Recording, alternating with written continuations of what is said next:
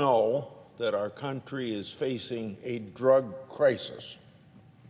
I think it's pretty well known, as CDC has reported, that over 100,000 Americans died from drug overdose over a recent 12-month period.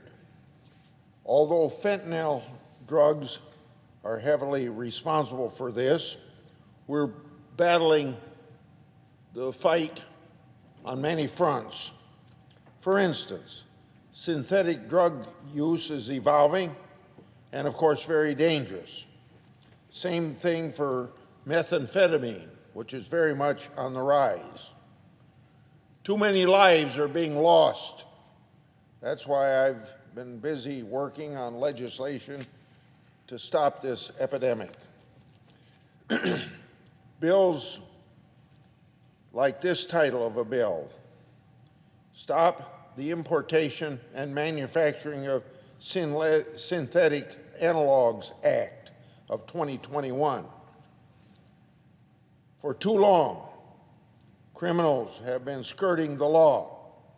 You know how they do it? By changing the chemical makeup of a drug.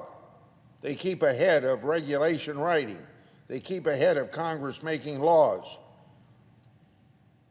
Congress is kind of in a situation of playing the deadly game of whack-a-mole as law enforcement tries to keep pace with savvy drug dealers.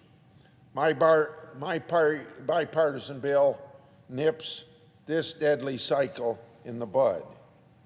This bill would control synthetic substances similar to known drugs, while the more time-consuming testing, research, and analysis can be performed. Also, methamphetamine abuse and use is very concerning.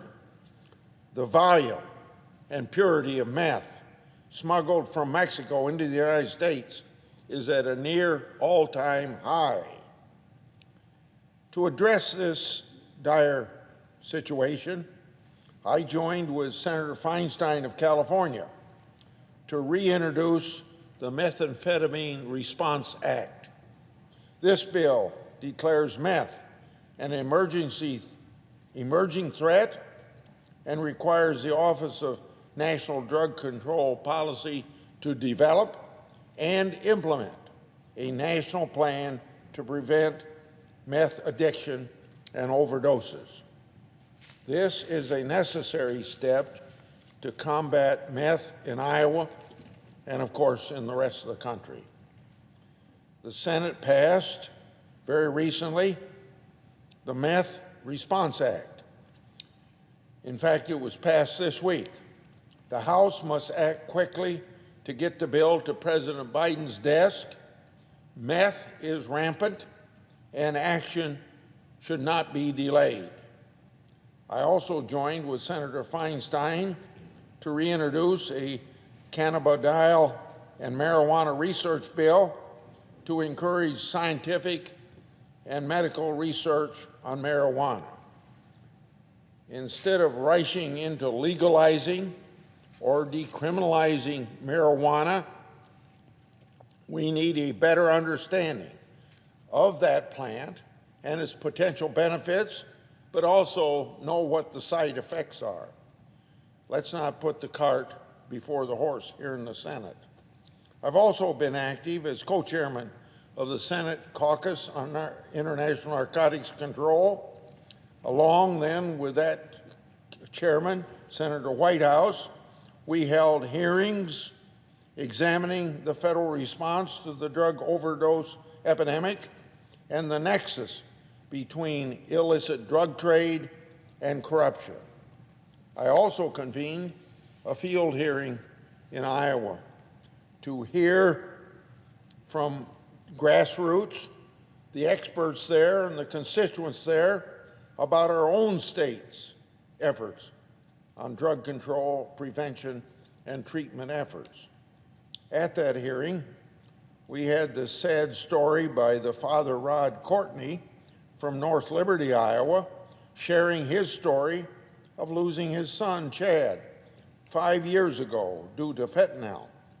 Rod's powerful testimony is just one instance of the struggles families face from drug abuse. Stories like Chad's are why I sent multiple letters to the Biden administration to proactively and permanently schedule fentanyl-related substances.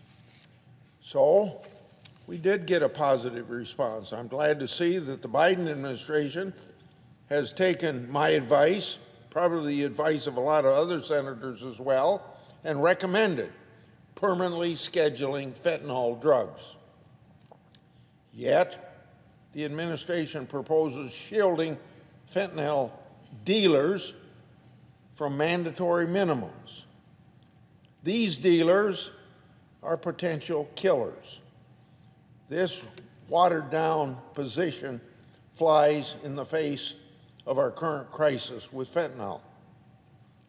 We have to keep our neighborhoods safe and must hold poison peddlers accountable. That's particularly true with fentanyl offenders.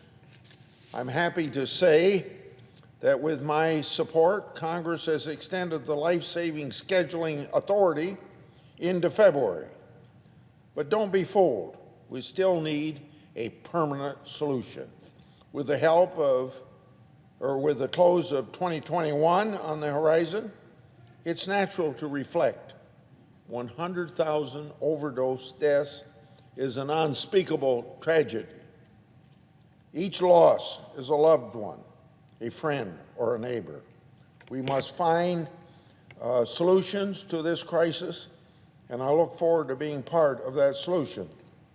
I hope my colleagues will join me in moving those bills.